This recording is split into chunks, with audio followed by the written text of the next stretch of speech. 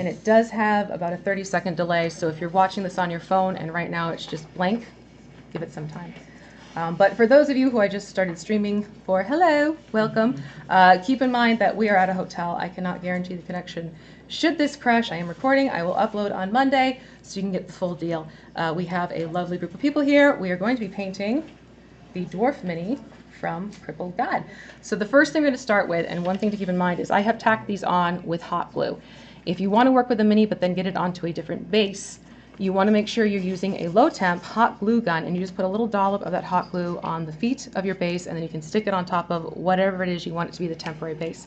But I will say, do not stab your Mini with the brush, because if you push it too hard, it is going to pop out. I do have the hot glue gun going right now, so if for some reason he pops off, we can quick fix and put it on there. We won't be painting the base until the very end. For those of you who wish to keep it on a simple base, we will then put Gorilla Glue. Mute me on your phone. Otherwise we get echo effect, and then that starts getting fun. So what we're going to do first is we're going to start needing a like a dime-sized amount of white. So if we can start passing the white down. And the trick that's happening here is we're taking a Mini that's been painted all in black, and we're going to dry brush with white.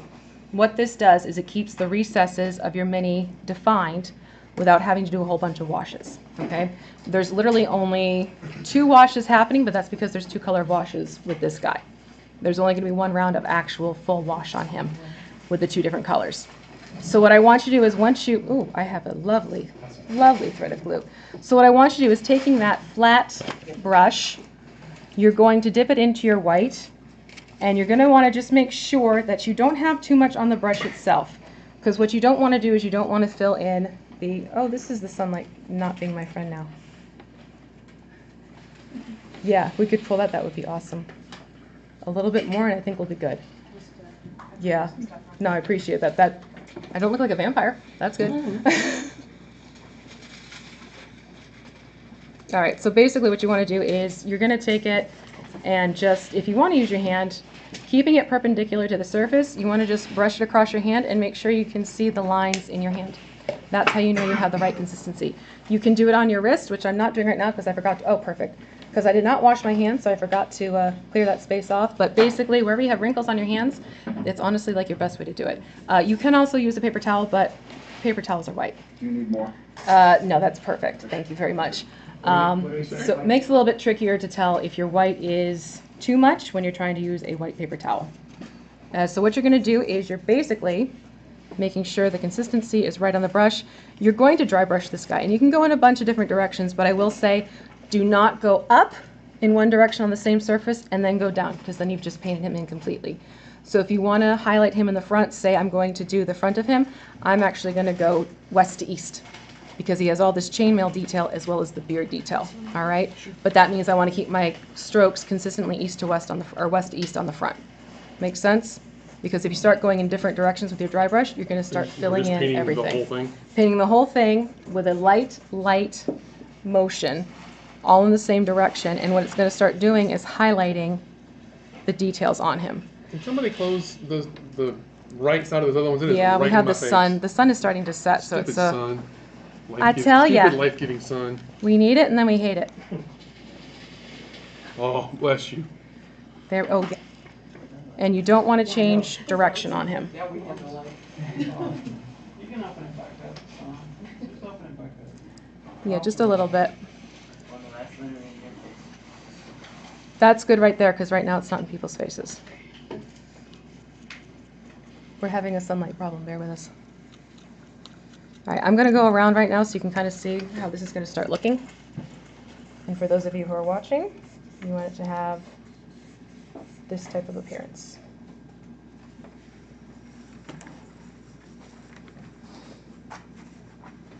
And those who were here already for the base painting class already got the idea. What this does is it highlights your higher areas on the Mini, so that when you go to put on coats of color, you are not going to need nearly as much color to paint in your Mini, and it basically keeps it so you don't have to keep doing a wash and then a layer, a wash and then a layer.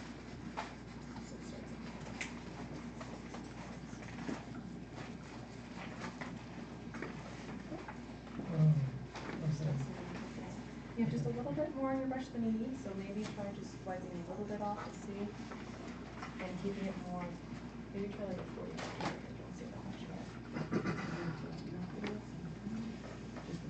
Yeah, well, I've just done the front. You're going to do the back too. Bless you. This is to give you an idea of the effect you want to get with it. Bless you.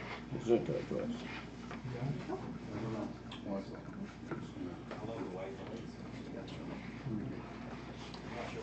Yeah, this is not, see, mine is, the paint is a little watery, it seems like. Did you brush or what happened there? Just, you know, the paint is thinner than I Test expected it to be. test out on your wrist because of the paper towel thing and any more paint than you Yeah. need. That's the one thing with white paint. It's not friendly on paper towels. So once you get your front taken care of, I actually didn't get do to the see. same thing to the back. Okay. Okay? That's what I was having trouble with, is I think that, You couldn't see the consistency? yes. Yeah. There is going to be a wash happening, so that should help correct a little bit. Okay. For those of you who may have a little bit more than you anticipated, that's okay. There is going to be a black wash involved.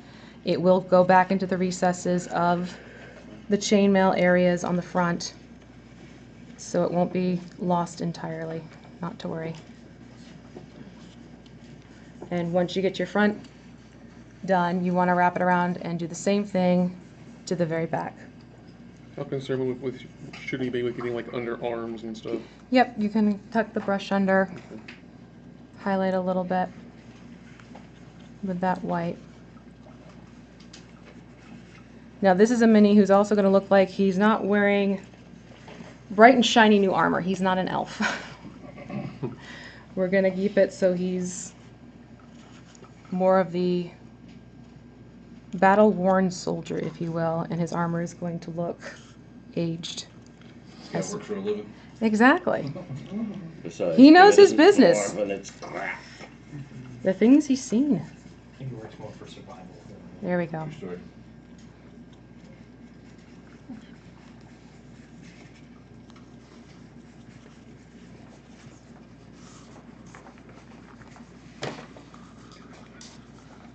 All right.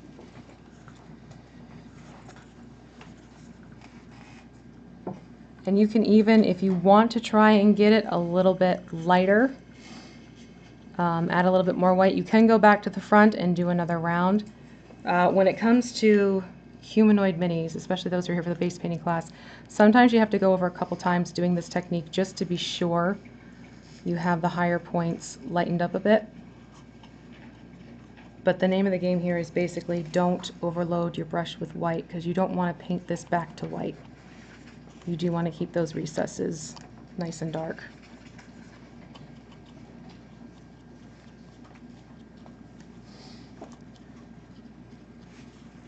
The guy's already bobbing around on my base.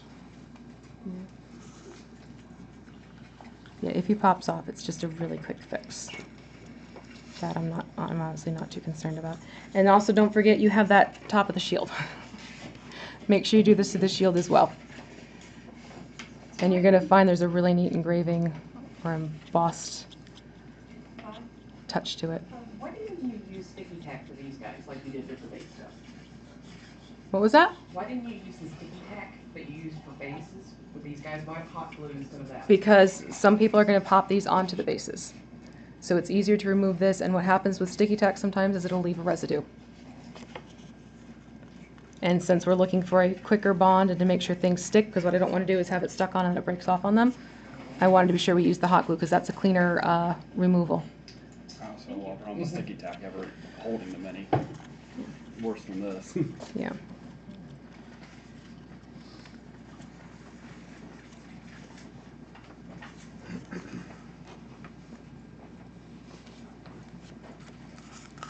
As I said, that my sticky tack is getting loose. All right, so in the end, you want to make sure that you've gotten the front, the back, the shield, the hammer, and, you know, yes, there's an under part to them, but that's flat. There's no detail to that, so you don't really need to worry so much about that. So again, if you're watching on the stream, he almost looks like a statue right now because of how it's coming off. So if it's looking like a statue, you're getting details, then you've done it right. If it's looking like a ghost, you got a little bit too heavy-handed with the white. Okay, I'll go around just so you can see what the final result looks like, so you can get an idea. Okay.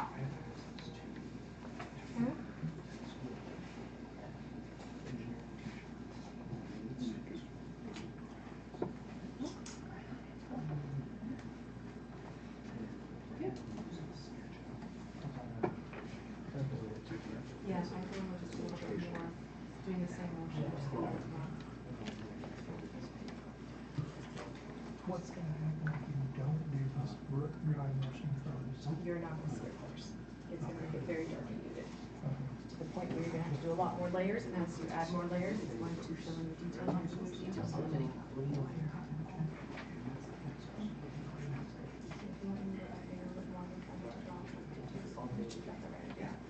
The back looks great. Maybe the front just a little bit more. There you go, good. Okay, I'm not gonna hold close for that. Yeah. You might want to do a little bit more there on the side.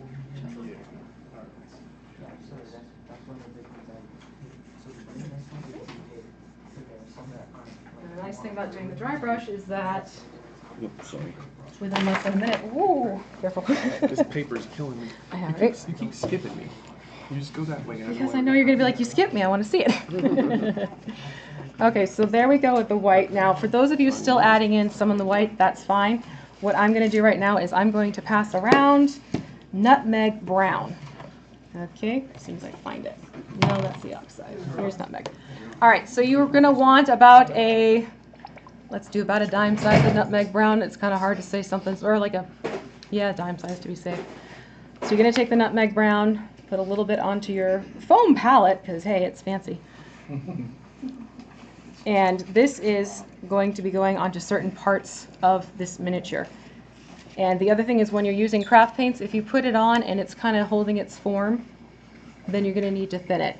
This isn't puddling all too much, so what I'm going to do is I'm going to dip my paintbrush into what looks like the skim milk, and I'm going to dip it into what I've put onto my palette, and that is going to start thinning the paint a little bit.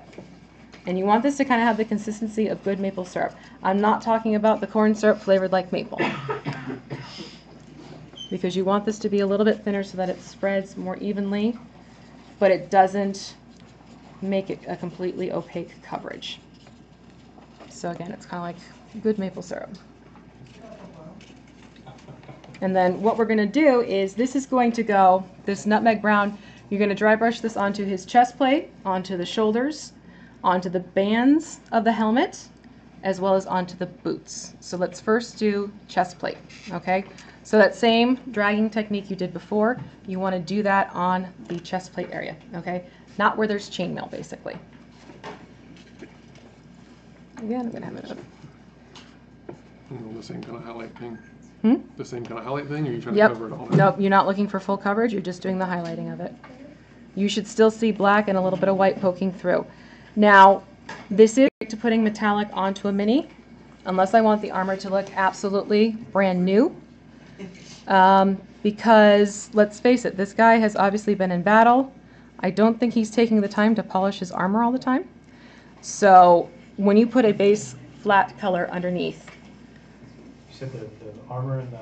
it's going to go on the chest plate, the shoulders, the boots, and the bands on the helmet. And I'm going to say that a few times. Right now we're going to focus on putting it onto the chest plate area. But what happens is if you go straight for a full metallic, it's going to make the armor look flat in dimension and almost too nice. So we're dry brushing the brown on the Yep, armor? dry brushing the nutmeg brown onto the chest plate for right now. And if this bleeds over into the belt area, that's fine, because we're actually going to go in with a darker brown. But for right now, you just want to get it onto that chest plate area. And if you've already done that, you can move down to the boots and do the same thing on the boots.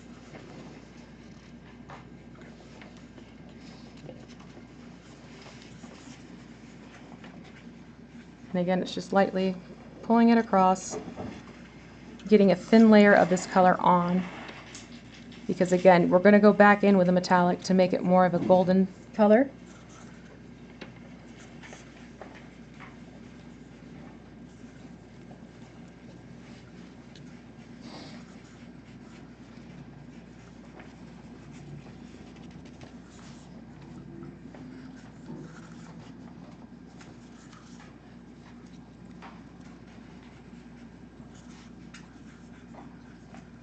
I'm going to go around in just a minute so you can see the type of coverage I'm talking about.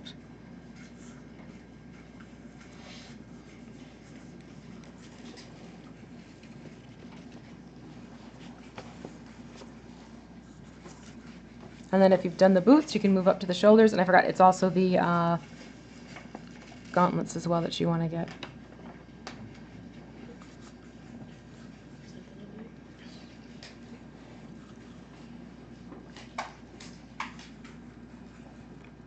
And if you feel that the flat brush is a little bit too big or getting to be a little difficult to work with, you can move down to a fine tip brush and do this. Just make sure you're not doing a full coverage technique.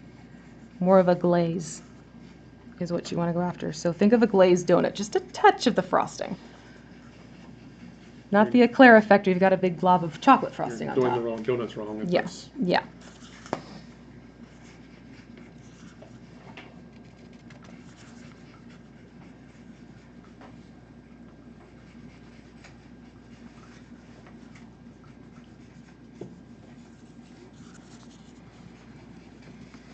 And when you do get to the bands of the helmet, you are going to want to move down to a fine tip brush simply because they're narrow. And a little tip when you're trying to paint smaller areas, especially straight lines like these bands, it helps to pull the mini in close to your chest and hold your breath.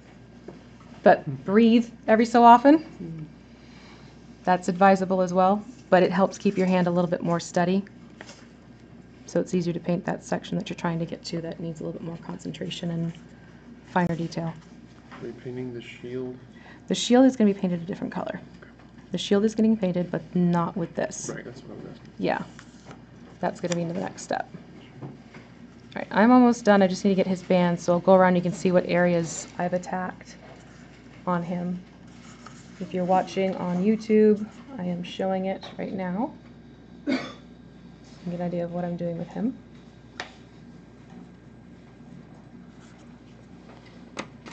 I am moving on to a smaller, more fine tip brush to get those bands around the helmet. And the bands they're going across on the top, around the forehead, and around the back of the neck. Those are the bands I'm talking about on the helmet.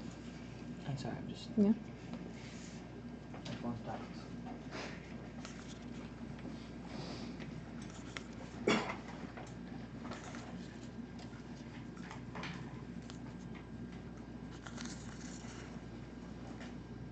And one thing to keep in mind about the band that's going around, sort of like where his chin is, there is a front spot to that band by his face.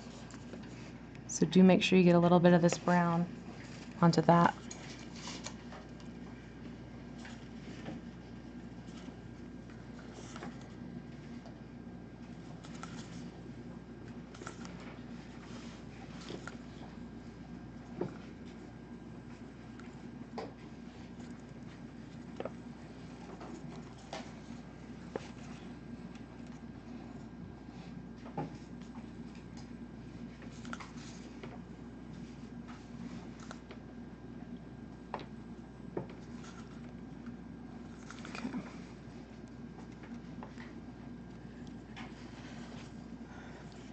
No, that is the airbrush there. I don't want to do that.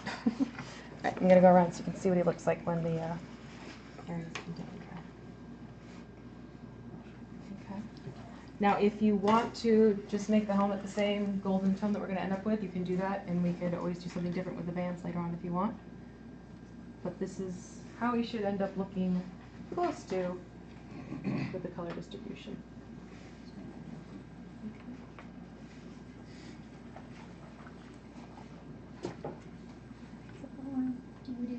Yeah, the gauntlets as well. Okay, great. Yep.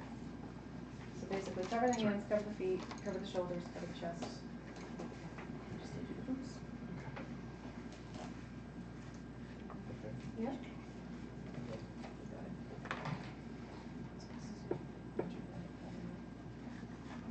That looks great. Okay.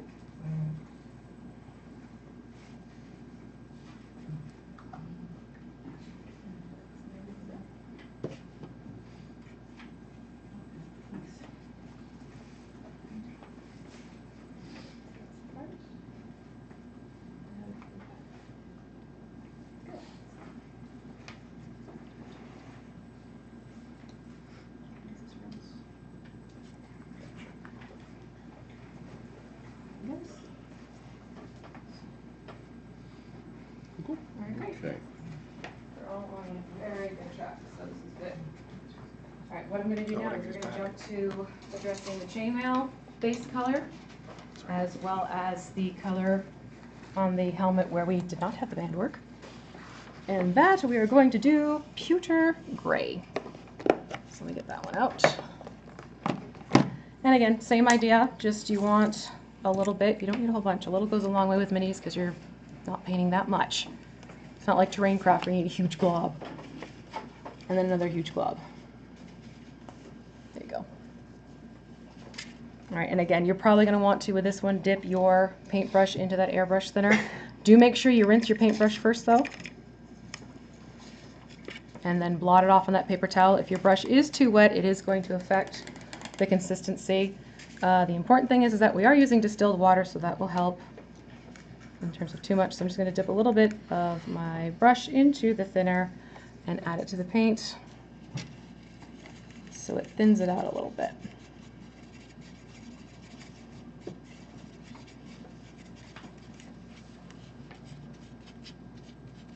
Okay, and I'm going to check on my hand as usual. And for those of you here for the base painting class, I know we use this one straight up, but that's because of the type of surface we're working with. For the mini, I don't want this completely hidden. So what I'm going to do is for the chainmail section, I am going to still use my flat brush, but when it comes to doing the finer details on the helmet, we're going to go back to a fine point brush. And then we're also going to get the shield and the hammer with this color as well. Okay, so it's up to you how you want to attack it. I tend to do the chainmail first, and to do the chainmail, you're actually going to hold your mini kind of upside down to you, all right, and you're going to start at the bottom and pull the color up. This is going to have the lower loops, the chainmail, better highlighted, and it's going to keep the chainmail that's, you know, deeper into the shirt, darker tones, just like natural chainmail would be, okay? So still dry brushing. This whole thing is dry brushing. We're not doing full layers of paint, again, because this is more of a speed paint. And we're not depending on doing multiple washes with multiple layers of paint in between. You done with that?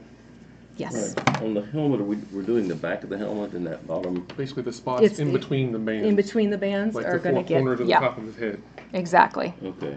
And The the spots band in around the between. back of his neck. Yep, that gets the brown, the nutmeg.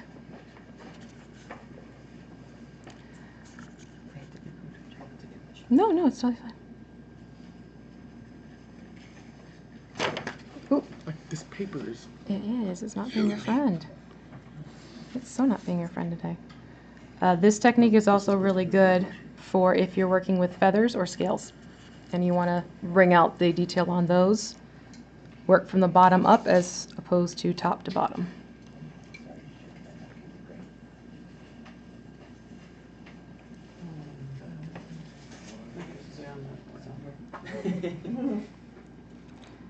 And forewarning, there is chainmail on his armpit areas. So you do want to make sure you turn him upside down a little bit to, there we go, to get that little bit of area too.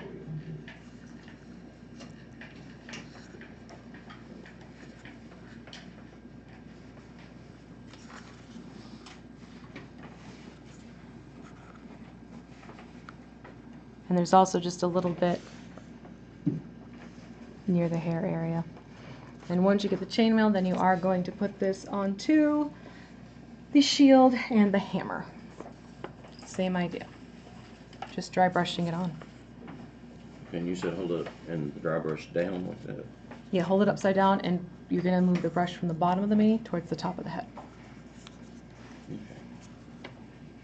Upside down and you're painting down, basically. Upside down and you're pulling from, Pulling basically, down. yeah, you're pulling down. Yep, okay. yep.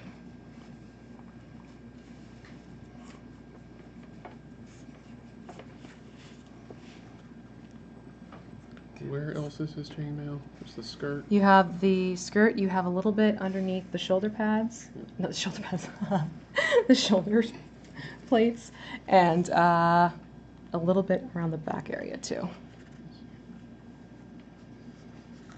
And actually what I'm doing is I'm hitting the hammer and the shield first, and I'm going to switch to my fine tip to get the stuff in between the helmet.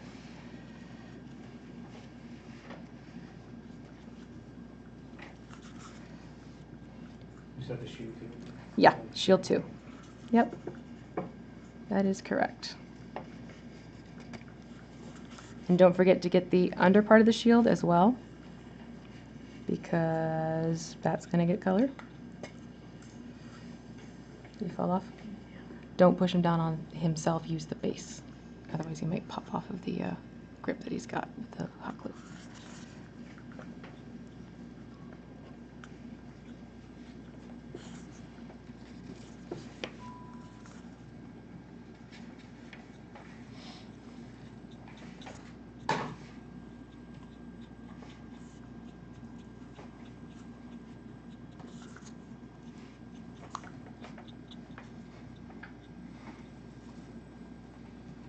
Okay.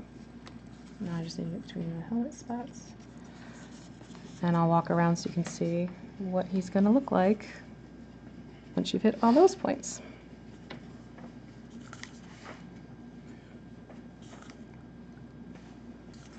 Now he does have a very aggravated, scrunched up face.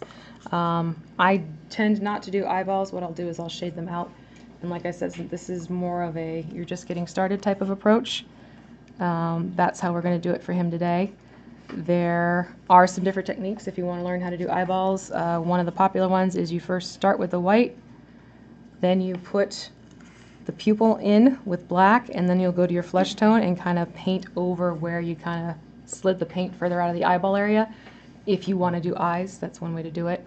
Another thing I recommend as a tool to get is a manicure nail art set, because they come with these great little tools that look like pinheads, and they're great for being able to get into eyes and have nice circular dots and better control, because sometimes, you know, the paintbrush, yes, with the fine tip you could pull it off, but sometimes that tip slips and goes in a different direction, whereas these are metallic, or they're metal, and they stay in place, so where you're aiming is where that paint is going to end up.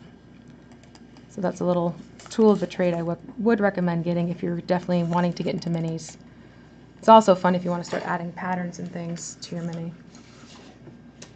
So if you're looking on your phone, this is how it should look right now.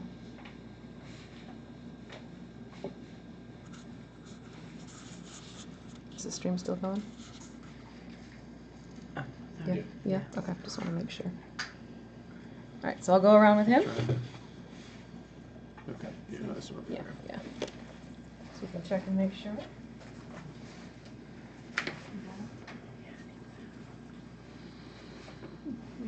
Did you get the front chain off? Yeah, you did. Okay. Just make sure you get the hammer and the ship. So this color here is brown too? Yeah. Okay.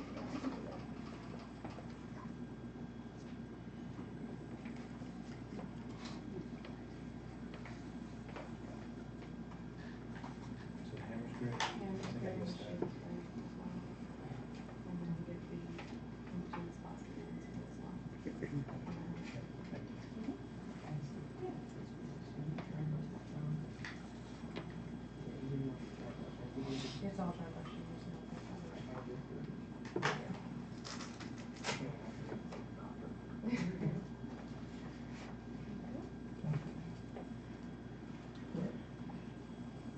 Is that belt painted? The belt's going to be interesting.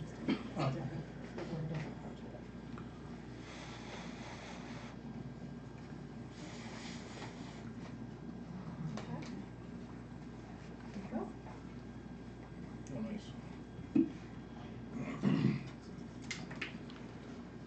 Oh, nice.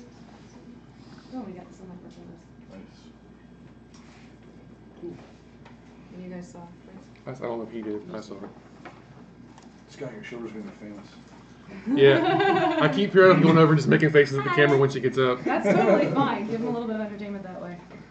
Okay, so I need gray there too. Yeah. Alright. Okay. Yeah, my shoulder was internet famous a couple hours ago too. So Did the skirt when I did the shield? it's old news now. And all that. How fleeting is fame. Okay. What about the back of the helmet? That Back fleeting. there, yeah, that open spot right there, you can get that as well. Okay. Is that buffalo? Okay. Is that chainmail around the back of his neck? Around, no, that's the helmet. That's around the That's back. more helmet, okay. Yeah. It's definitely more helmet there. All right, and then for, ooh, careful. For those who are ready, where's burnt umber? Right there. We're gonna move on to using burnt umber, and this is going to go onto where we have straps and leather.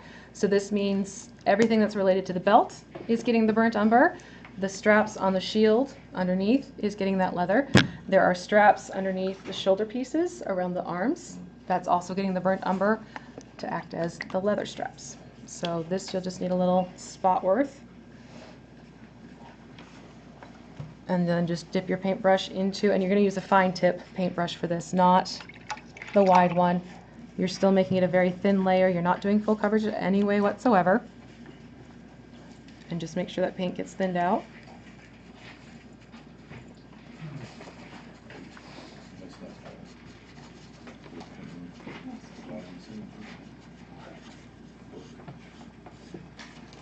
And a little trick with fine tip brushes, if you need them to get back to a finer tip, you can run it along the side of your hand and roll, and that'll get the tip at a finer point for you. Or you can do what I do, but you probably shouldn't do, and I highly don't recommend you do. Rinse the brush and... You're going to tell us anyway? I always do that anyway. That explains a lot of this class. Yeah, I always have done that. It's just... Huff and paint. No, it's not huffing, it's just, you know... Like drinking it's it, that's just not any tipping better. No, you rinse it. It's only trace amounts. Like considering paint coloring agents. Right? Not like you're eating lead shit. No, we're just talking cobalt chips. I taste the colors. Taste the rainbow. Exactly. It's a perfect definition of it. Taste the rainbow. Now, you are not going to paint that little bit of, I'm going to call it the kilt underneath the chainmail. There's a little bit of fabric that peeks between both the front and the back. That is getting a different color, so do not paint that brown. If you have gotten gray on it already, good save. Don't worry, because we're going to be putting a blue over that. The gray will be just fine as a base coat color. But right now I'm getting all of the straps and leather work covered up. We're still dry brushing, right? Still dry brushing. Yes. There's never going to be a full coverage here. Or let it all be dry brushing. Yes. What about the satchel? Same thing. You're going to get the same color. Oh, you mean when you were part of the secret club? Yeah. Yeah, the secret. Yeah, it's not going to fit. If I'd been part of the Thanks for trying, but definitely not. There is a little pouch that's near the base of the hammer. If you weren't sure what that was off of his belt, it's a pouch. And that too is also going to be getting the same burnt umber treatment. Because remember, these are all base colors. So even though we're using the same base color, there's going to be points where we kind of diverge a little bit and use some slightly different colors. And then the other thing I'm going to do is take some of that burnt umber and you're going to put it around the bottom part of the hammer's handle where there's a band, and on the top part of the hammer's handle just above his fist. I'm going to treat that as a little accent color right there. But that will be getting a metallic on it in a little bit. So there's a band right above the fist and a band at the very bottom of the hammer that you want to cover with this burnt umber. Not the in-between part. Not the in-between part, no. You're treating that as metallic, not a... Yeah, I figured let's treat that as a metallic. Why not? If you do want this to be all wood, then you could paint the whole handle with the burnt umber. No, typically I would actually reverse that and do the leather in between and the metallic Yeah. on the handles. It just has some really cool details on it, so I wanted to keep it metallic because there's some nice... Okay. More just a wrap. Yeah. How the heck do you How the heck do you get the straps? get... On the lower strap, specifically, the upper strap. Move down to a more fine tip brush. Okay? Okay. So you can check out and Yeah, I see got if it, I there's, got it. yeah. Yeah, if at any time you're having problems getting to the straps, a finer tip brush, if you're working with something slightly bigger, will do the trick for you. The other tip, again, remember, is to pull close to your chest, look down, hold your breath, and then just lightly move the brush on top of what it is you want to paint with a fine tip brush. That gives you a lot more control. But reminder to make sure you breathe in between. We don't want to be known for people passing out in the middle of class. Granted, I taught high school seniors, and yeah, they were passing out in the middle of class, but I also had them at 7 o'clock in the morning. That was a different story. The belt around his waist is also supposed to be the same color? Yep, yep, the belt also gets the burnt umber, and then don't forget there are the straps that are connecting the shoulders, shoulder pieces to, Oh, wow. yeah. The armpit. Look in the armpit for the straps there. Oh, okay.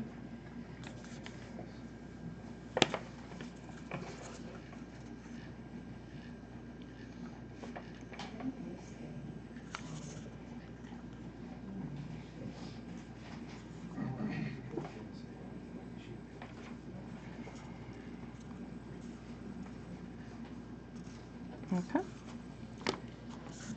So this is how he looks with the belt painted up. So if you're looking on your screen, probably about now, you shall see him with the burnt umber where it needs to be.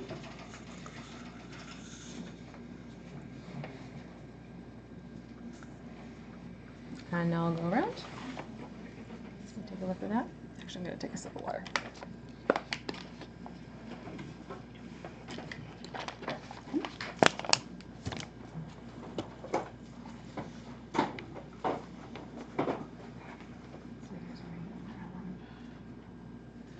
Okay, so you do this middle piece. Hmm? That middle piece right there. Yeah.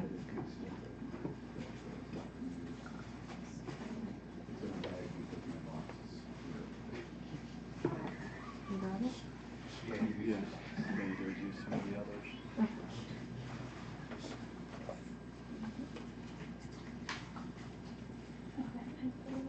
Yeah, little pouches. We are going to turn them into something a little different, but you want to work on the face layer.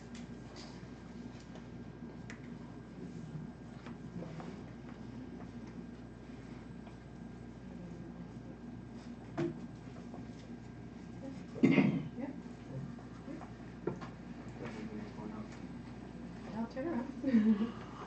Okay, so belt. Belt, the pouches. I did the belt. Where are the pouches? This? The back, yep. Okay. Remember that part? Oh, This as well. okay. Okay. I'm going off. So you go rogue? Just for the armor. I made a mistake and I got off. Two pieces.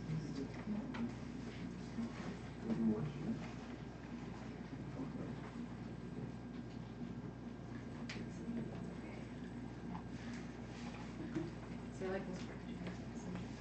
Yeah, yeah.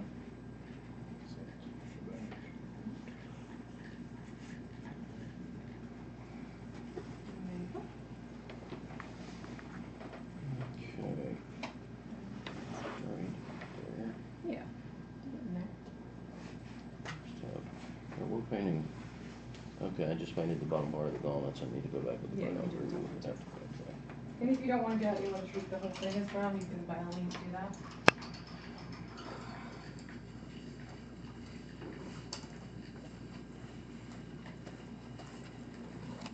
Okay, so now, make sure you're rinsing your fine tip brush. We're going to move on to light mocha for his face. And this one you literally just need a little dot of the paint because there's not much of the face there. Take a clip. There you go. You want it here? Okay. Thank you.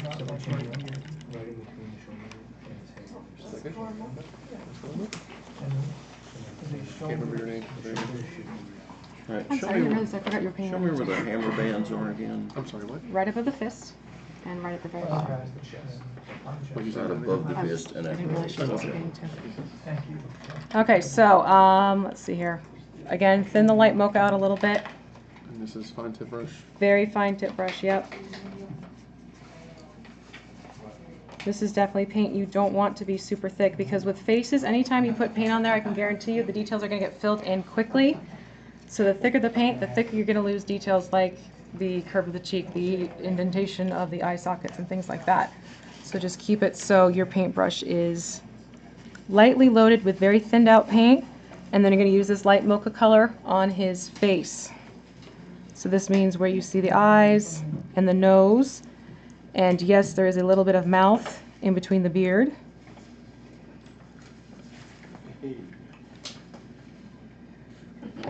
And if need be, you can pull them in a little bit tighter so you can get to those points.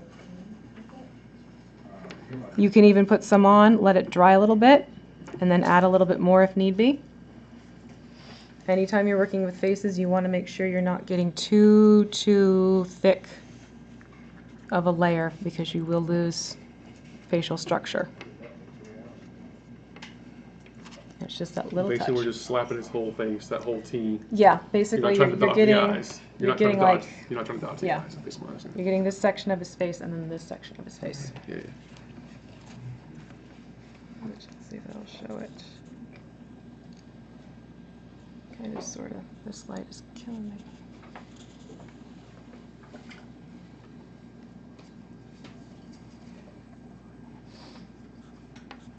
And then once you've got that on, we're going to address his hair, which we're going to be using King's Gold on the beard. And this is where you're going to move back to using the flat brush, and you're going to dry brush King's Gold onto the beard and the long hair in the back. Okay, he's got hair in the front, hair in the back. He's like Thor's cranky uncle. Okay, we only have one bottle of this, so we're going to take him down and pass it around to everybody else. There we go.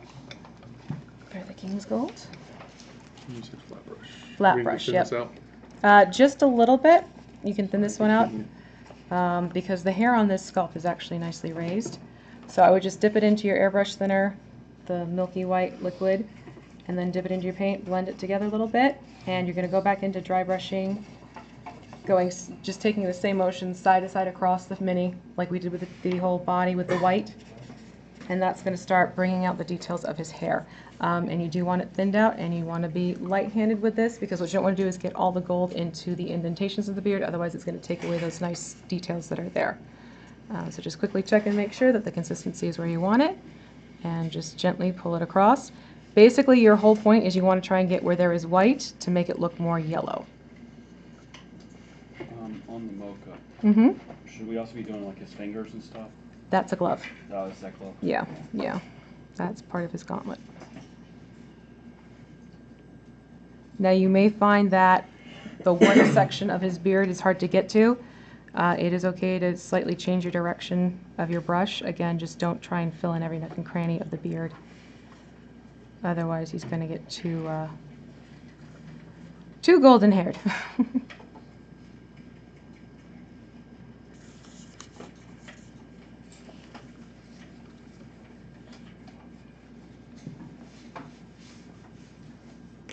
You get behind me.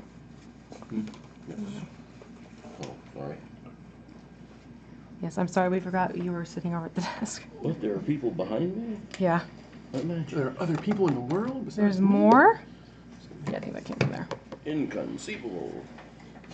You keep using that word. I thought it meant what I thought. It used to mean that. Okay. This will never go up against a Sicilian when death is on the line. He's mostly dead. Hmm? Mostly dead. Yes. Mostly. Yeah, I've been mostly dead any number of times. I'm mostly All right. currently. I'm going to come around so you can see how it looks with the details on the beard and the face. Yeah. Oh, I'm missing the face. I didn't see the face earlier. Yeah, that's the white mocha. I didn't go around with the face yet because it was such a little bit of fun. Yeah. Mine's I did way more than that. Yeah.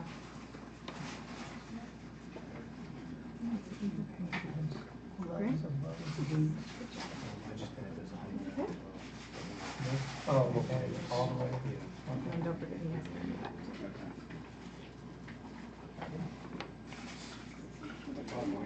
Yeah, because we're going to put a wash on the yellow, so it's going to come. So don't be afraid to make it bright. As the wash will highlight it up.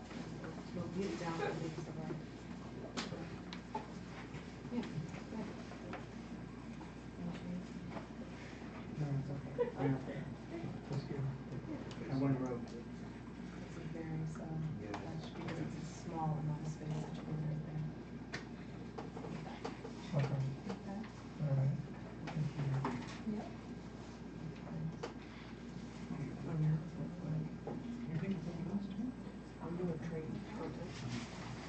almost done with our base coat. We really just have the kilt underneath that we're about to take into consideration. And don't forget, he's got the hair.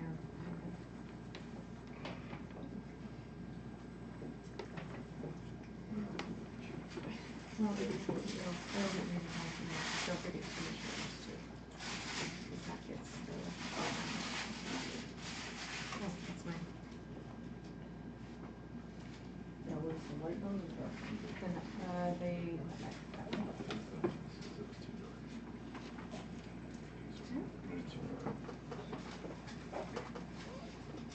Okay, so now we're going to move on to painting his kilt just a nice blue. And the blue I am using today is Admiral Blue. You literally just need a little touch of this, not a big puddle of it because it's like a few little bits, and you're going to want your fine tip brush for this one as well. There's basically fabric that's peeking out between the chainmail on the front lower portion and the back lower portion. All right. This is coming out a little thick, so again, make sure you thin it out. This is the fabric that is between the kilt part.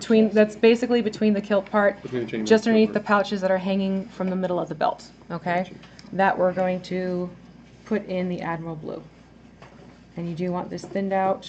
You don't want full coverage on that. You want the highlighting you got from your white. And just use your paint. Sure. Such a small amount. Yeah, exactly. And it's a very light coat of paint. And what you can do is go between the legs and put the blue there as well. It's not a portion of the mini that's going to be seen, but you know, if he ever flops You're over. playing with the wrong group. Yeah. What do you wear under a kilt? Socks. Yes.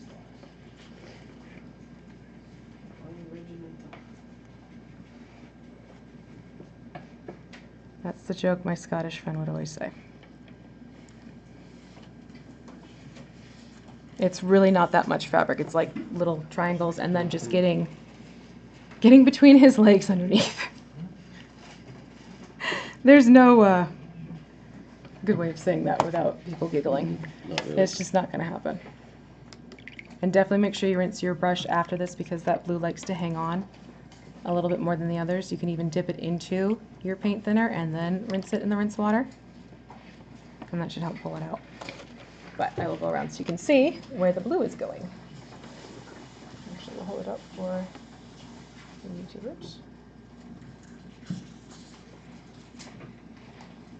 You go from having no light to hello light. Yep, you got it. Good job.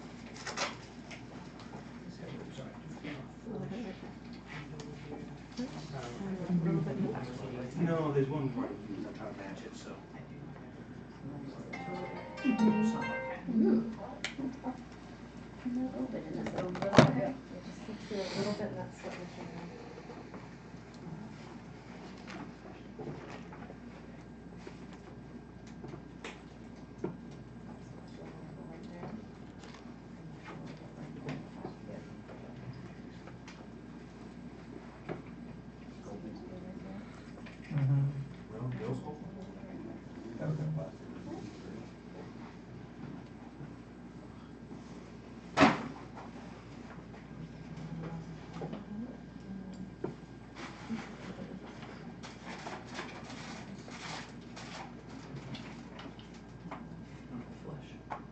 It's a different brush. I'm trying to find the one we went last night, of course.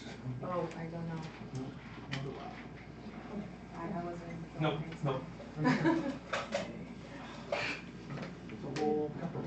It's a little slit. Yeah. So just a little bit in the front. Blue. And then just a little bit in the back. It's going to be a big chain now. Yeah, there's one in the front and the back. Yeah, I missed that too. It's okay. It's okay. Alright, blue. That So little that bit. little slit. And underneath. Mm-hmm. And that's all. That's it. Look at Just enough fabric we need to address. Yes.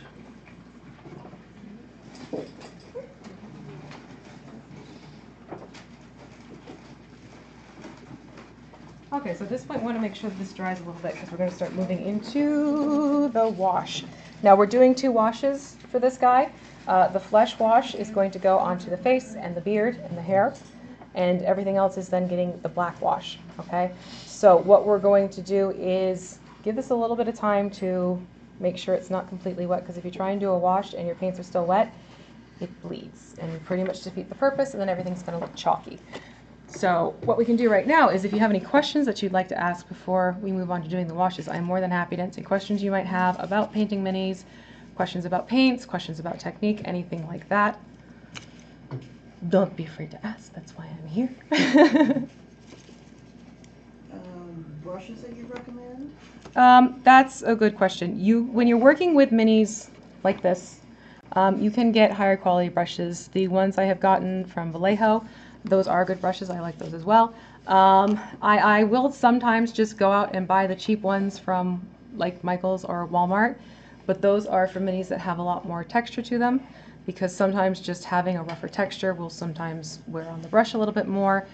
So it's one of those things where if you're going to invest in a good paintbrush for your mini, make sure you have a set of good paintbrushes that you're dedicating to the minis that don't have a whole bunch of rough texture on them, that you're really dealing more with metals and fabrics and things like that.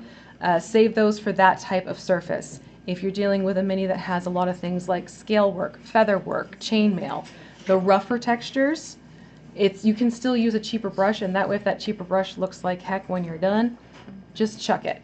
Another thing you can get for when you're painting specifically minis, it's the Master, I forget the whole name of it, but it's this nice little cake of soap. I think it's like Master Brush something or other. I can always put it onto this. Yeah. It does a beautiful job of cleaning your brush, and then what I do is I'll rinse it off and I'll do like a thin layer on top of the brush and reshape the brush and let it dry that way, because it'll condition the brush for you in between your uses. But I mean, quite frankly, you don't have to go super expensive and buy a $15 paintbrush, especially when you're first getting started, or if this isn't something where you're looking to enter competitions.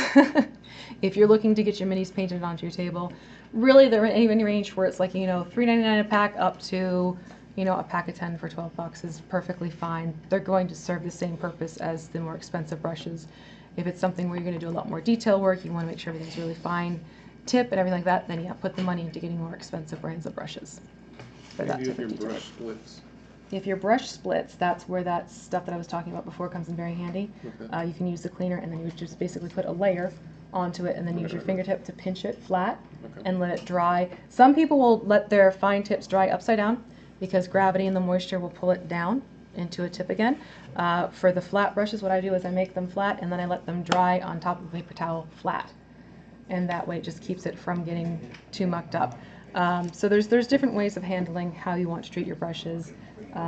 I tend to be hard on them because I tend to paint a lot. So for me, it's like, I'll keep my special brushes for, like, you know, live streams where I know I want the mini to have a more polished look to it, or I don't want to have a stray hair or something in the way. If it's something where I need to get something on the table in a couple hours because we're about to start a game, I'm just going to do a quick paint, so I'll go for a quick brush type of setup. Anyone else? Yeah, I have a question. I have some minis that need to be assembled. Did Okay. you paint them before assembling or after? After. What's going to happen if you paint before and then you try and put it together? A lot of times the glues you're going to use will eat away at the paint, or they'll cause the paint to chip and flake in that section, or you might realize that you have to fill in a gap. It's much harder to fill in the gap after something's been painted. So you do want to assemble your mini first, and that way if you see anything like there are gaps in between the joints, you can fix that up very easily. You can use things like green stuff. It's a very small, fine joint. Green stuff does have liquid green stuff now, which some people have used with great success. I haven't personally used it yet because I haven't needed to. What I'll do is I'll actually put super glue into the seam and then sprinkle some baking soda on top of it and quickly brush it off with a cheap brush, and that's going to fill in the seam and it's not going to mar the texture of the area, but you won't have a gap in between. You'll probably also have to look into doing things depending on the mini that you have. It's called pinning. There are some really good channels on YouTube that show you how to do that. But basically it's reinforcing your joint by boring in a hole on one side of the mini, sticking a pin in, super gluing it in, and then doing the same on the other side, and you kind of like join the two together using the pin, so it's a stronger join. That gets to be a little bit more advanced, but I definitely would not paint separately and try to assemble after the fact, because you're going to run into hiccups along the way. In fact, these guys got a little pre-work before I brought them down, just to help out, because there were seam joints underneath this arm and underneath the other arm, and that I just filled in with green stuff and then primed them. Okay. Thank you. You're very welcome. Anyone else? Primers? Primers. Assuming you have no airbrush. No, I do have an airbrush. No, assuming. Oh, assuming you have no. Assuming you have no airbrush, you can still prime them, absolutely. I don't recommend the spray can primers because even though some say, oh, we're great for plastic, you're going to end up with a tacky mess. It's just somehow how they'll react to each other. I like Vallejo's primers. They're very good, especially if you're going to go into the paintbrush. You just want to make sure that you're not heavy-handed with it, because if you go in too thick with your primer, you're going to fill in your details, which then makes it harder to bring out the details when you go in with your paints. So if anything, you could always use airbrush thinner, mix it into your primer a little bit, and then put on a light coating to get it primed. But you always want to make sure with your minis, plastic especially, you wash them, and not wash them with a color wash them with warm soap and a little bit of dish detergent to break off the residue that's left over from a special coating they'll put on to make it easier to pop them out of their forms. So you do want to make sure you wash them. The difference between white primer and black primer, when to use? Personal preference, quite frankly. I can say something about that. So I mean, I'm not a pro, but you'll notice that if you put a white undercoat, like let's say you're doing like really bright armor or bright colors like a yellow or something like that, which is notoriously annoying to paint. If you do white, you're gonna get a much brighter yellow just off the bat, and if you do a dark, it's gonna take you a lot more layers to get a really vibrant yellow. And actually, if you're going to do yellow, prime it underneath with orange, because you actually get a truer yellow, and it's a solid yellow. I actually wouldn't do white underneath yellow because it shows the streaks more. There you go. So I'm just saying. yeah, so that's why I said it's personal preference, because you're going to find as you're painting that certain things are going to work out a little bit better. Oftentimes, I will default more to a gray primer if I'm actually going to go and do a little bit more. Gray's a little bit more forgiving for both sides of the spectrum. It's easier to work with lighter tones. It's also easy to work with darker tones. So if you know you have a mini you can take your time with, and if you need to add a couple more coats, then by all means, prime in gray. The whites are good for if you're doing a very bright colored, vibrant mini. Absolutely. Okay. So if you're doing things that are like reds and oranges and light blues and pinks, white. If you're using your darker colors, yeah, you can do the black. But you're going to find for yourself, you're going to naturally start feeling what works out best for you and how you prefer to see it. Because everyone's eye is going to see something different color-wise too, which is another thing to keep in mind. I've had a hard time getting mold lines off, like without damaging the surface around the line. So is it Do you have the Citadel tool? I don't know. I have like a file and a scalpel knife. I don't know what brand it is. Get the Citadel tool. Okay. It is wonderful. Okay. It looks like almost like a fish hook on a. Yeah, I've seen it. Yeah, that is lovely. It does a good job of removing those lines. I tend to avoid it if there's like a lot of raised details, like feathers or something, because that can get a little tricky. But that one has yet to fail me in terms of removing lines that are close to. It just scrapes right off. With Yeah, it? it lifts it off. You do a little bit lighter hand, you don't dig in. That's the thing. You don't want to dig in, but it has a very sharp edge to the curvature. And so it just makes it easier to just gently glide it across, and it'll remove that mold line for you. They're about $12 to $15 depending on where you're going. I don't have one of those, and that's new to me. I'll be Yeah. looking for one, but I found with plastics, Hobby Lobby carries a set of, in the hobby section, carries a set of little sanding files that are plastic. They're designed to work on plastic. I think they're actually originally designed for plastic car models and stuff. Those work a lot better on plastic figs than your traditional needle files do. Yeah. I tried using those, but I felt like it was damaging. It You was have just to like be- rubbing the line You back still and have to forth, use and it it was careful. damaging. You still have to Yeah, use light it touch. careful. It's light always a touch. light, gradual touch. Absolutely. And yeah, you're gonna, depending on what it is, you might want to not do it because detail, Yeah. erasure. You gotta have that's watch out for that. mold lines are, remember, 3 feet away. Unless you're doing competitions, unless you're taking Right. super duper pictures for your purpose, you have 3 feet away from you. So if it's a mold line that's in a bunch of feathers or scales or that type of thing, decide how important it is to you to remove that line. If it's something like it's right in the middle of the cape and you can quickly get it off, just scrape it off and you'll be fine. But that tool has definitely been a godsend. I really do recommend that one. Thank you. You're welcome. Anything else? All right, I think we'll be good for doing the washes now. We've had plenty of time. So what we're going to do is we're going to first start with the black wash. And in this case, we had some army paint donated to us. And this does come out very pigmented, so I want you to make sure you thin this out a little bit. Don't go straight from the bottle. If you go straight from the bottle, all the work you've just done has been completely muted. And then you're looking at a couple more layers of paint. So give yourself... Careful. So what you want to do is you want to give yourself about, let's say, 10 drops of this.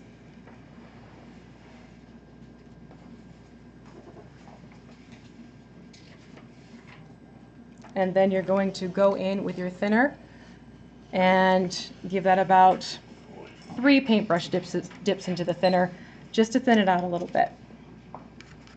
And this is going to go on to everything but the beard. Actually, I might do a little more. Everything but the beard and the face is going to get the black wash. Pardon me, my throat's getting dry. And when you start with a wash, you want to start top to bottom because gravity is going to work with you and start pulling that down. If you go bottom to top, your bottom's going to look like it's more shadowed than your top. It's just the nature of things. So we're going to start first by working on the shield, the top of the helmet, bringing it down, and just make sure you keep moving that wash through.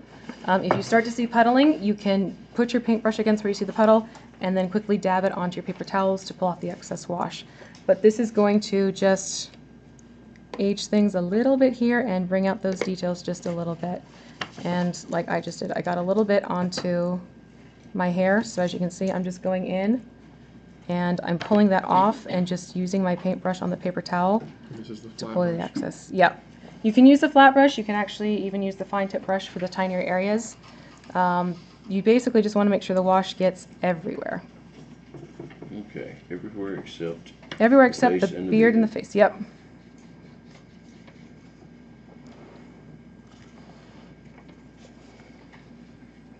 And it doesn't have to be too heavy because you do have that the recesses already established from before. Right, you recommend thinning out the wash? Absolutely, yeah. Okay. With army painter especially, this is a very thick black. I broke my dude. Yeah, I've had to play with that. It fell off his thing. Oh, okay. When I hit the yeah, that's fine. Let me just quickly get this and sure. I'll pop them right back on in just a minute.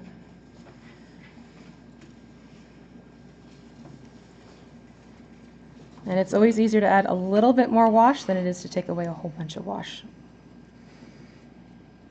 Sorry, I'm causing you so much trouble. No, no, no, you're fine. Not a problem at all. Paper's fault. Sure, blame it on the paper. Can't defend yourself. Nope. It's feeling neglected. The minis are getting pretty colors and it's staying that dull brown. Well, to be fair, we're just putting brown on the mix. Alright. Let me get him back on for you. Thank you.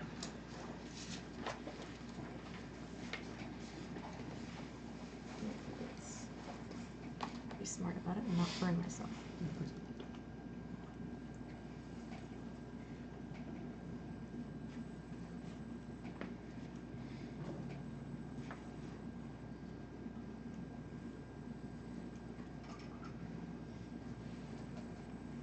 Be careful with his arms. I'm actually going to, his arms come a little loose. Oh, wow, okay. Yeah, I think it might have been from when it got dropped. Did you have to assemble it? Crippled assembled it for me and then I fine-tuned it a little bit by filling in the gaps. Oh, wow. I didn't realize it was So just be careful painting it, and then I'm going to use this super glue. So just be gentle, see it's a little wiggly. Yeah, yeah. Alright, Thank you. so just be gentle. I think it's when it bottoms up. Alright. This is getting everything but the face and beard. Yeah, everything but face and beard. And then make sure your brushes get rinsed out very well before we move on to using the flesh. And this is we're covering everywhere. Yep. And you Didn't don't. we color one of the pouches blue? What was the pants?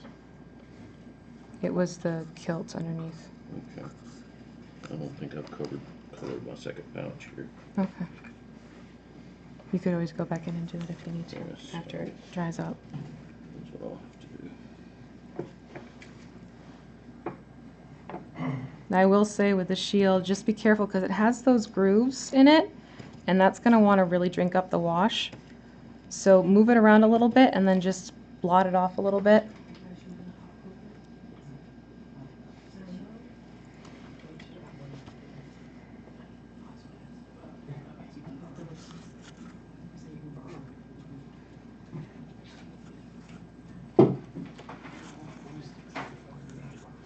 So I'm going to walk around so you can see how it looks with, oh, this lighting's changed on me again, with just getting the black wash on it.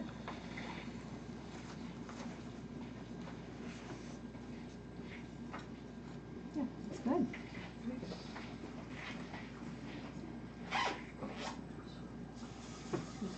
Mine's starting to dry too, so that's why.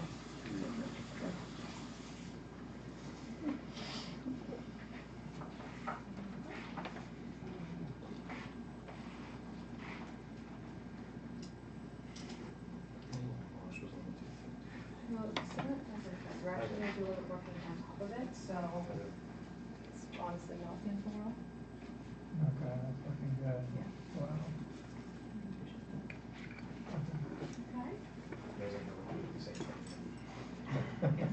Everyone's maze is going to have like its own little personal touch.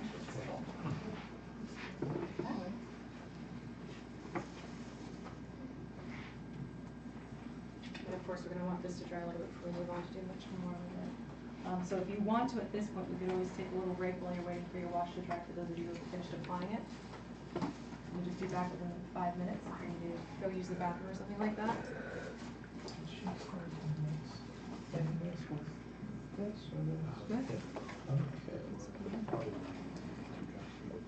Yeah, nice. Very nice.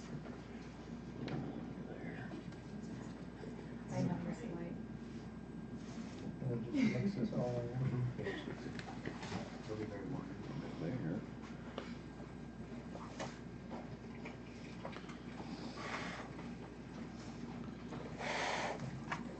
Did it puddle?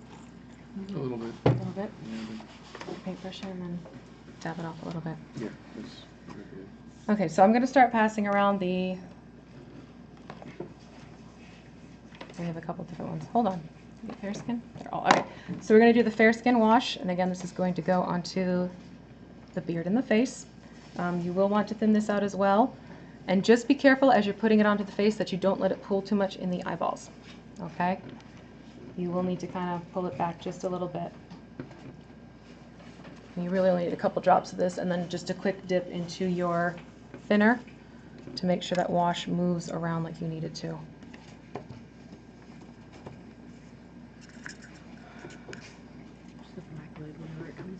Great, thank you. You said just a, Yeah, just a little drop.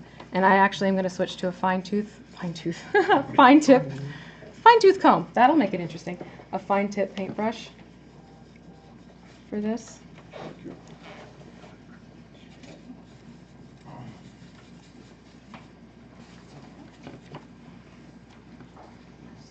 sorry. Yeah, it's just about 3 inch girls.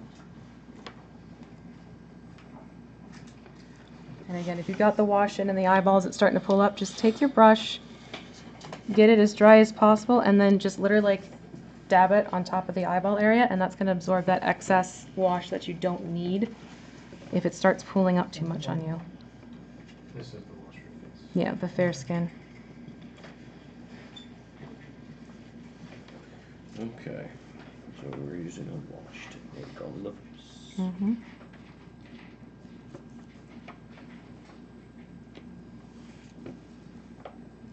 This is just the face, not the hair. You can put it on the hair if you don't want it to be as vivid of a yellow. If you like the way the yellow looks, you can bypass any wash whatsoever on it. But if you want more of a muted blonde, you can put the wash on the beard.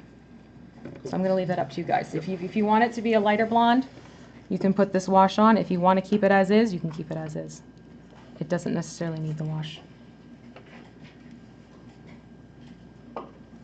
All right, and then just give it a little bit of time to dry for all of the washes, and then we have just a few more steps left.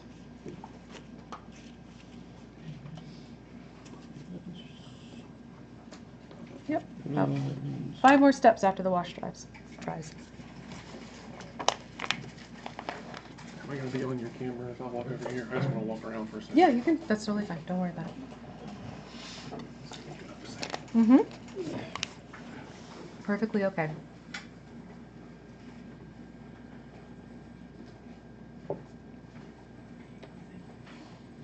So is anyone started collecting their minis, even though they haven't painted them yet? See what I Show have of hands, who has that huge lineup just waiting for paint? If it's more than 50, put your hands up. Yeah, that definitely happens. Put it this way, the last time I counted my unpainted lead, I had about 230. Yep, there you go. That was in 1988. Oh, jeez. Yeah. And the collection keeps growing?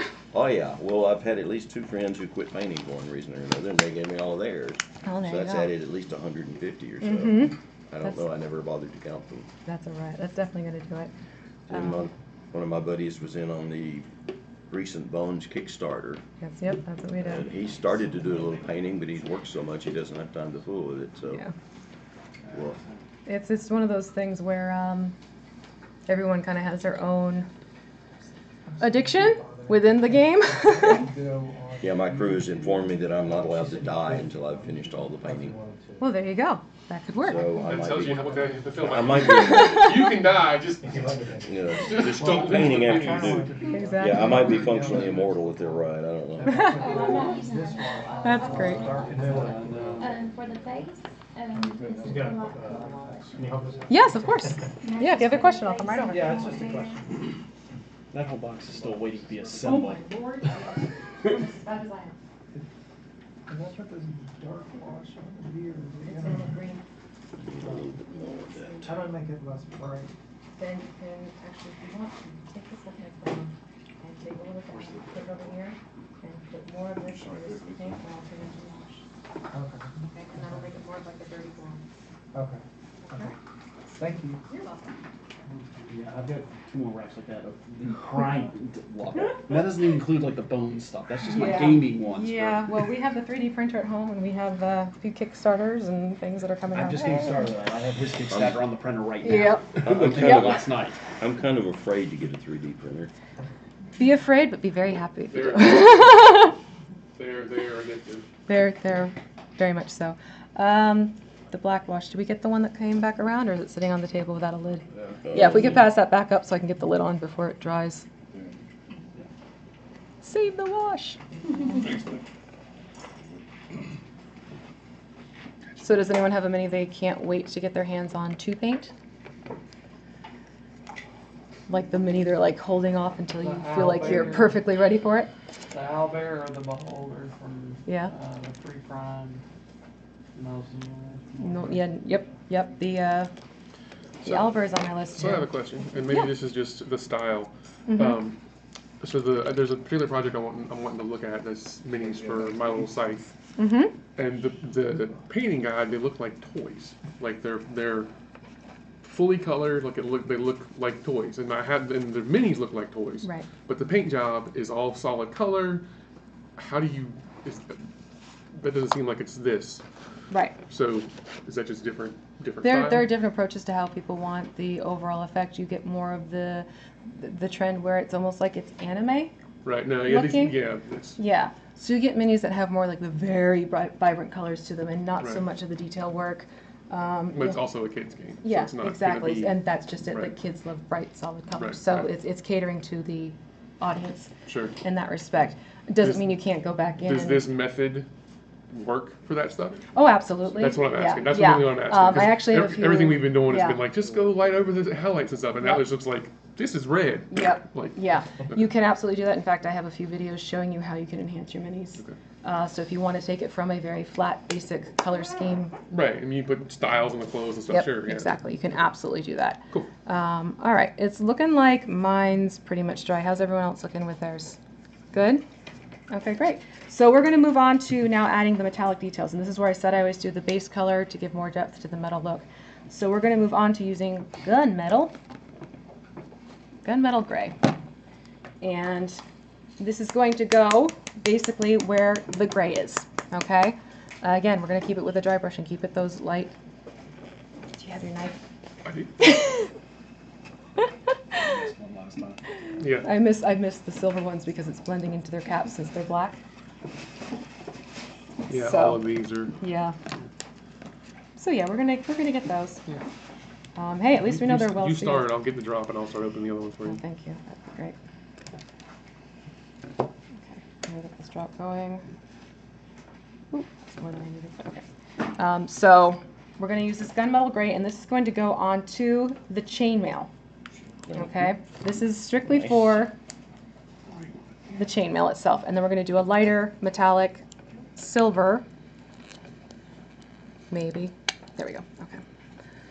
We'll do a lighter metallic silver on pretty much everywhere else where we've had that gray. You paint. Oh, thank you, thank you. Oh, thank you so much. So going back to your flathead, not your screwdriver, but your paintbrush, you are going to want to thin this guy out. It's a little thick. So just dip your brush into the airbrush paint thinner. And you remember how we did the trick where you hold it upside down and you pull from top to bottom when it's upside down on the chainmail? Mm-hmm. Same thing again. You want to try and accent the lower portions of the chainmail, not get it all completely covered up. So we're going to do that right now. Which is another trick I don't think I've ever tried in dry brushing. No? I don't think so. Changing direction? Unless it's was done because of the figure. Maybe, yeah. Being too. Yeah. Just those 4? Yeah, just those 4, thank you. There's nothing on the inside of the bottle, is there? Just the little... No, it's just the one ridiculous seal. And you may find that you're going to have to switch to a fine tip brush to get into the chainmail that's tucked into the underarm area, which is perfectly fine. Just go very lightly across as opposed to pulling up because you're not going to have the... Oh, we got another off the base. Okay, not a problem. So we're doing the shield as well. The shield and the hammer are getting a different metal color. So it's just the chainmail. Just the chain. Just the chainmail.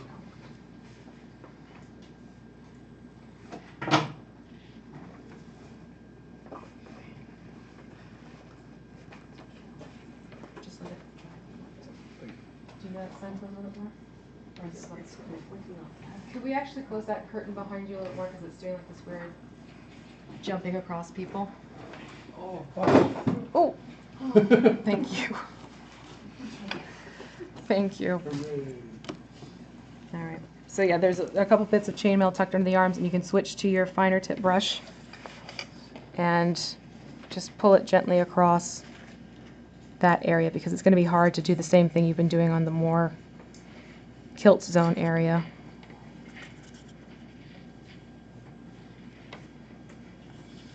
But it'll get that metallic gunmetal in where you need it.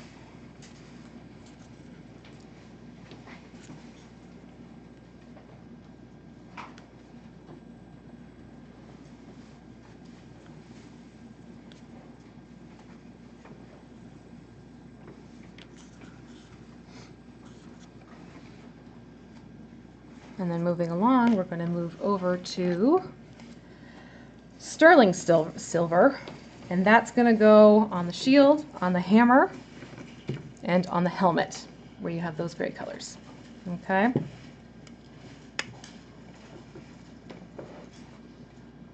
There's one for you, and there's one for you. And as always, keep thinning that out a little bit, because you don't want this paint to be too thick. Mm-hmm.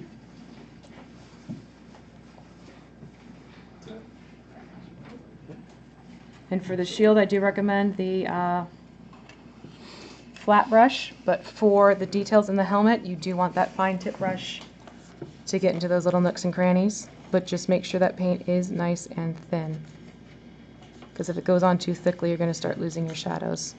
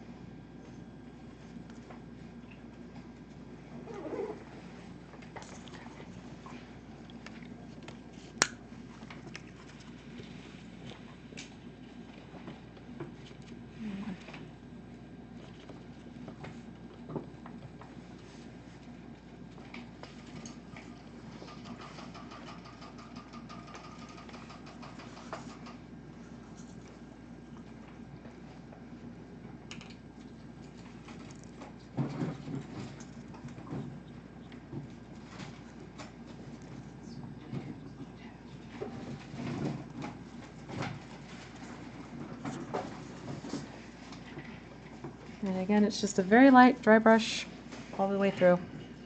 Same thing with the hammer, and this is actually the point where you're going to see some fun details pop out on the hammer too. That is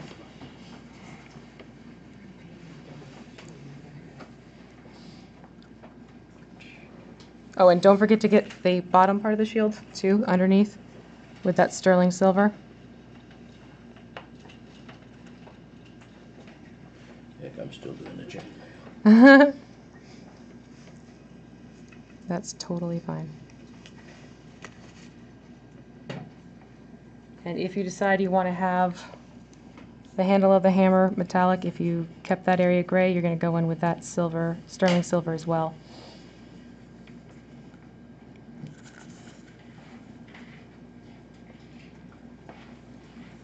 Hammer, shield, and helmet. Yep. Warhammers with completely metal halves are actually fairly common. This isn't a common dwarf. Because of what? I said this isn't a common dwarf. Oh, well. Except we all have the same one, so maybe it is.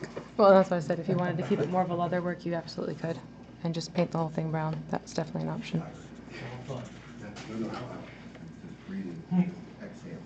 Step away from the man. Take a break. You Sometimes you we sound real Absolutely. convinced. Well, I'm convinced. And it's way over there. Fair enough. So here's just, for those of you who are watching on your phones, you can see the metal on these zones. And I'm going to walk around so you can see how this looks with the two different metals going with the gray tones.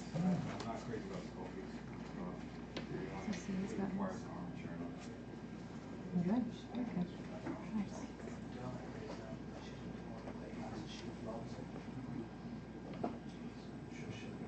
Lighter silver at the back.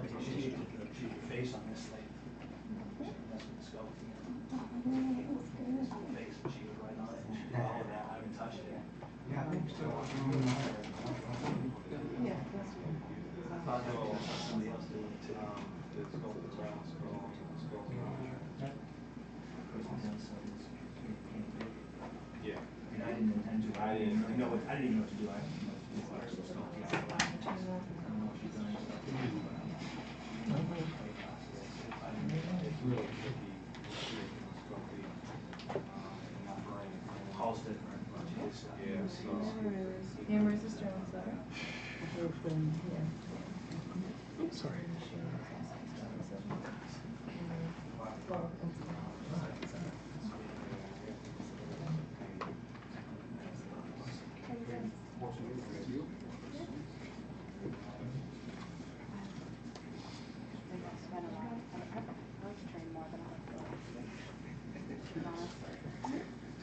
I have all those readings. And that wine too. I was about to say, that's a perfect spot for it too. Yep, L'Oreal, yeah. It's not a bad little choice. Well, it's, especially I with thin pieces darkened like it that. up with flesh a little bit to let me know. I said if you wanted it very heavy for the party. There you go.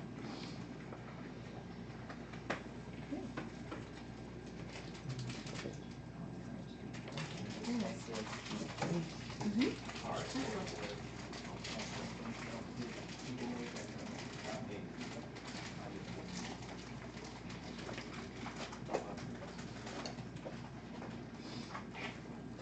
Okay, so then for those of you who are finishing up, we're going to put, where is it? Royal gold is going to go on the rest of the armor areas. Okay? So if you're ready for it, you can move on and put the royal gold on the chest plate, the shoulders, the boots, the gauntlets, thank you. Yep. And you can also add it to the buckle on the belt. And there's a little bit of an engraving on the shield itself on the front. You could use that to highlight that a little bit more if you want to. So you can use this as a nice little way to accent things a little bit more. There you go. And with that, use your flat head again, just to highlight things out. This one, don't thin. This one has a lighter pigmentation to it. If you start thinning it, it's going to be too watery. So just keep it a thin layer, but don't thin the paint.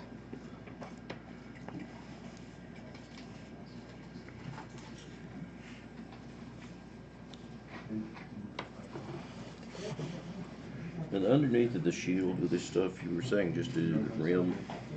Yeah, you can do. You can also put a little bit of the silver underneath the shield if you want to as well. That will also carry through. I mean, by nature, it's going to be a little bit darker anyways.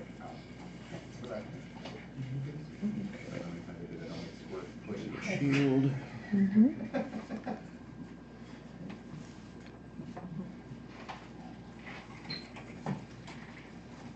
And in those tighter spots, by all means, you can switch over to a finer tip brush if it's easier for you to get into that area.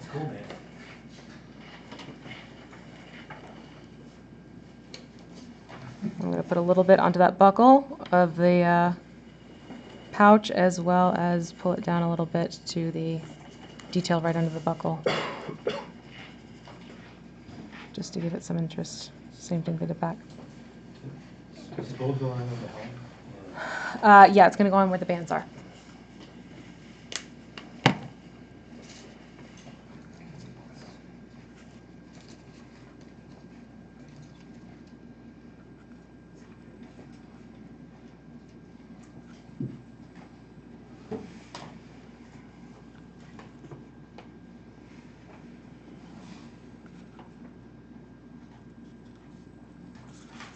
So put it on the bands? Yeah, on the bands of the helmet, and just stay away from the recessed area if you put the silver on. Just hold it. Yeah, no problem.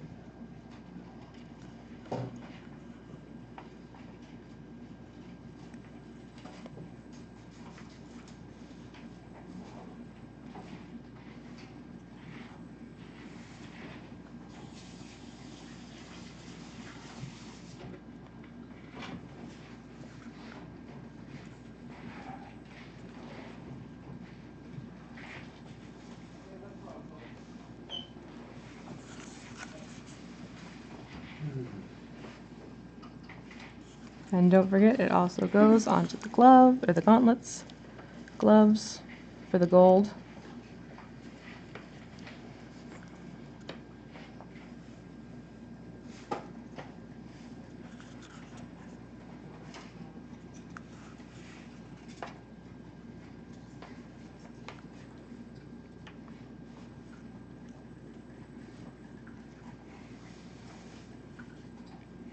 And depending on how ambitious you're feeling, you can take your very fine tip brush where there are those buckles on the straps underneath the arms and the armpit zone, and you can put a little bit of that gold there too.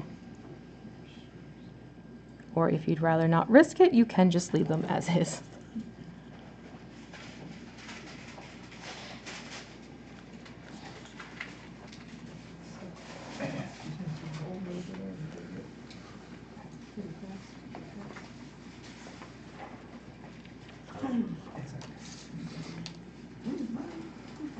Where's the gold? Oh, did it not get around? Get into the back corner. Yeah, let's. No, it's. It's back around. There we go. Someone missing. There we go. Easy enough to pass back. Okay, thank you. No problem.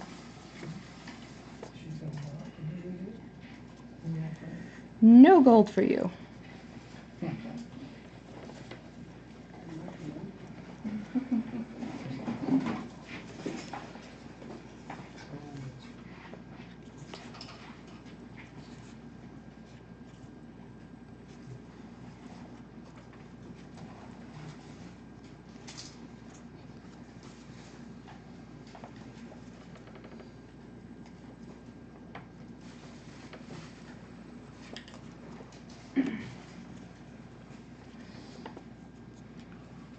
And we are getting close to finishing him up, believe it or not.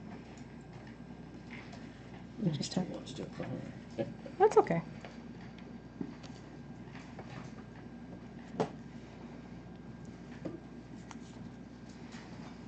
After we do the metallics, it's just a matter of fine-tuning the belt details and take it from there. You can tell when we're getting into finer points because it gets very quiet.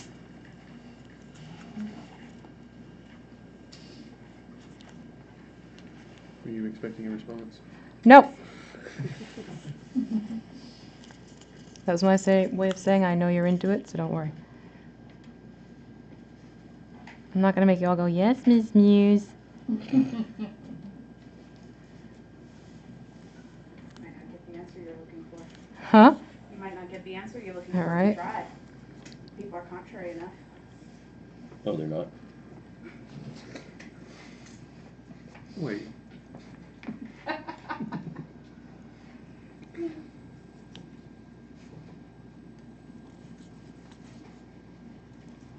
All right, I'm gonna go around so you guys can see how he's looking. Okay. Well, that's the hammer and the shield that we did this color. What else did we do this? The light silver? Sterling, the helmet you got. Bits of the helmet. Okay, the The straps recessed- of the helm. The No, recessed the areas. parts. Recess parts. Yeah, the straps get the gold. Sorry, I'm not trying to talk over you. Okay. Sorry. It's okay. And then also, if you've gotten to the gold part and you want to, there's this little detail on the middle of the shield that you can bring out with a little bit of that gold. I will go back over it. I already did it with the silver. Yeah, that's fine. That's absolutely fine. But you can go back in with the gold if you want.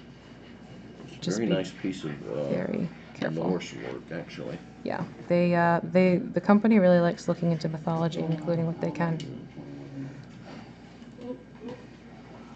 So you just do a very light touch of that. Yoink. Okay. So at this point, we're looking at just finishing up the belt area. Very nice. Good job.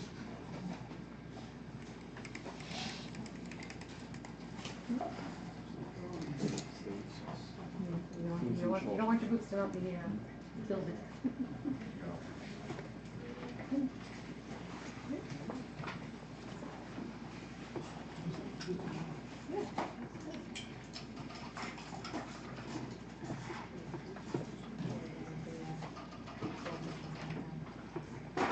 Okay. Yes, that's fine. Is that like a cross sword? It's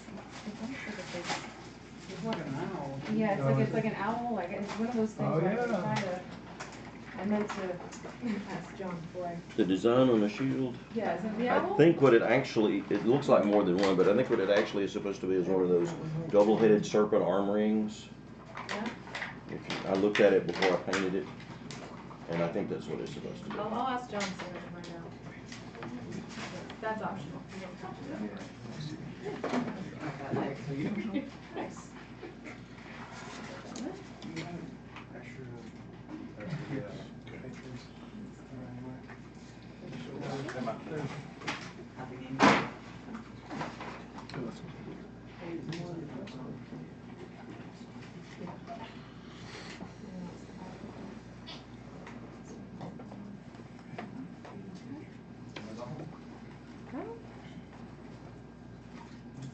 Let's get the sample.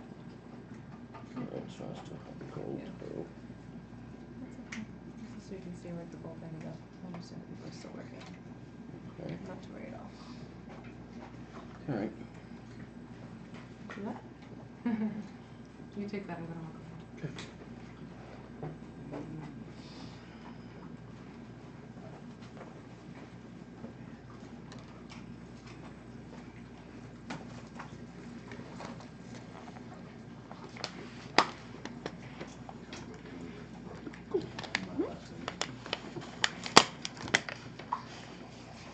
There's also something great called the Zen of mini painting, and that's where you kind of find your groove, and you just get into doing it. Adult coloring books. It's the same stuff, adult Very coloring much books. like adult coloring books, yes.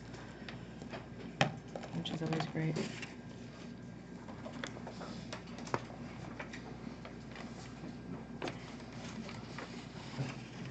Are you going to show us how to put the mini on the base before we're done? Yep. Just has to make sure everything is dry. Yes. Okay, so we need to go back to offside. That's the color one. There we go. Okay, when it comes to the leather pieces, we're actually going to do antique white and oxide. There's a little pouch on the side, which if you want to make that a lighter looking leather, you can take some of that antique white and just very lightly go with a dry brush on that, and then the rest of the leather work, you can use the brown oxide as a highlight to the belt. And this one, I can tell you already, thin it. Because we have a toothpaste. Yeah, we've got a toothpaste. So make sure you thin your brown oxide, because that's way too thick. And just a little bit to your antique white. Let's see if I have another. No. It's nutmeg. Yeah, there's brown oxide. And then there's actually, yeah, you can totally take pictures. Anyone opposed to a picture? Might appear on. You want to be in Whoa, pictures. what is that? That is a close the lid and shake. That happens sometimes when the paint separates. Yeah. I wasn't going to shake it with the lid off. Well, you never know. Keep in mind, I have small children at home. It's like, Mom, what's this? Yeah. That's a mess. Fair enough. All right. So again, for the belt, what I did is I took that brown oxide and that went pretty much onto all the leatherwork areas to highlight. And please make sure you thin that oxide because that's special. Do you, Hmm? you mix these? No, you don't mix them. It's two separate colors. Okay. So the pouch is going to get the antique white. And the rest, well, and it's up to you. You could actually take the antique white to highlight a couple of areas if you want the pouches to look a little different from each other. It's just coming out almost runny. So we have one that's like toothpaste and one, okay, so this side of the table, depending on who gets one that comes out runny, don't thin it. The ones who get the one that comes out like toothpaste, thin it, because this happens sometimes. Fairly runny, but yeah. Yeah. Sometimes the paint, The brown's for the leather. the What was leather. the antique white for? The antique white is for the pouch. There's a pouch that's tucked right No, near the it's- hammer. Yeah, maybe it is the thick one now, but for the two of us, it was extremely runny. Okay. So. Oh, okay. So, sorry man, I keep bumping. Yeah, it was the All same way. right. Yeah. It's antique. Antique, just a little bit. Yeah. It's got just a slight,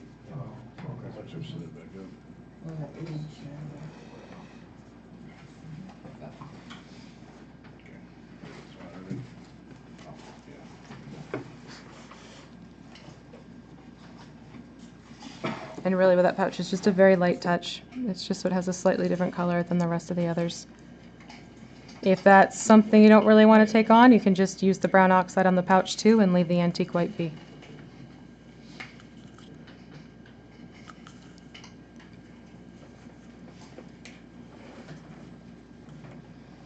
And the other place you're going to use the antique white, and this is where you really want to make sure that the brush is fairly covered, just drag it lightly across where the blue is of the kilt, and that's going to highlight the folds that are there for the kilt.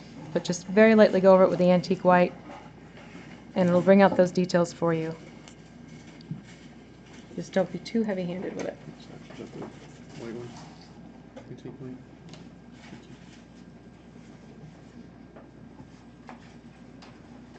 Antique white.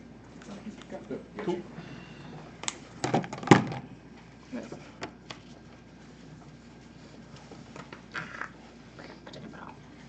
Is that goblin?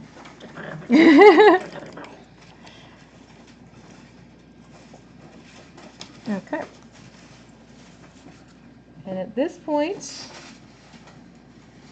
once you get those leather details in, it's pretty much done. Now I will say, if you're going to, before you paint the base completely, and if you're going to use the plain base, we just need to make sure we attach it with super glue, because right now it's just attached with hot glue. It's going to pop off. If you want to use the base that you were here for before and attach it to that, then we're going to again also use some super glue there. But again, the important thing is we get it popped off the flat base. It's not completely secured, so don't paint your black base yet. If you're going to detail it, wait until we get the super glue on first and attach the mini and then paint around that. So at this point for the stream, I'm going to say goodbye if you've stuck with us. If for some reason this is spaced out, it's also being recorded. I'm going to go back, edit out the pauses, and make it a little bit more streamlined, but thank you for those who joined us online. Everyone else sit tight, we're going to finish this one up. So here we go, and we're going to